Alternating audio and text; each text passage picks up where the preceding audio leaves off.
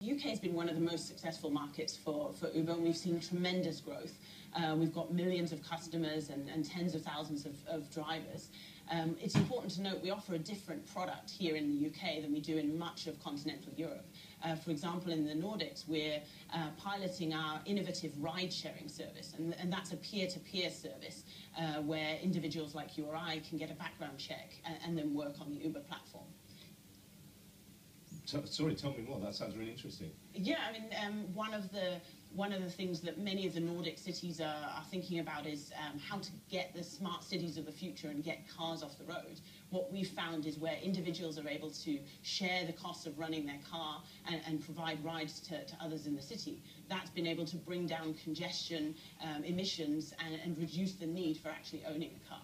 Is that something that you plan to bring to Britain in due course? Currently, we're focused on our licensed model here. The regulatory framework here in the UK is such that it's possible to build a supply of drivers and bring many of those benefits without doing that. But the peer-to-peer car-sharing model sounds fantastic for cities like Bristol, where there's enormous congestion. Oxford, places like that. We're really excited actually about the government's sharing economy report, which is hoping to do some pilots of ride sharing in the coming years, and so looking forward to seeing how we can be a part of that. Well, I also asked how the Uber business is planning to expand its operation. Around 70 full-time staff here in London, but over 15,000 private hire drivers working with Uber on the platform.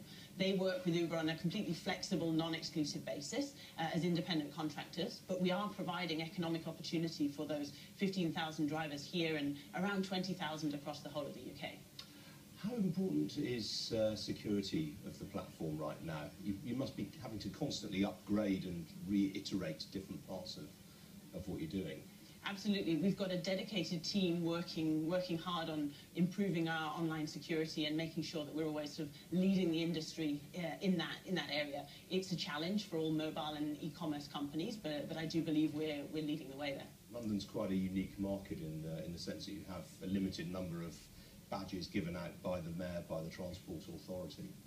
Yeah, I mean, we believe Uber's another complement to the existing transportation ecosystem here in London. We talk internally of London being the Champions League of transportation.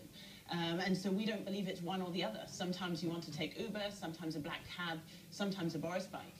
In fact, I don't know if you're aware, we actually offer black cabs through the Uber app. One of the options for our millions of customers here in London is to take an iconic black cab through the Uber platform. What about some of the boycotts that you've had around the place? Is that a serious threat to you as far as you're concerned? Uber's an incredibly innovative business, and it's brought disruption to an industry that hasn't been disrupted in decades.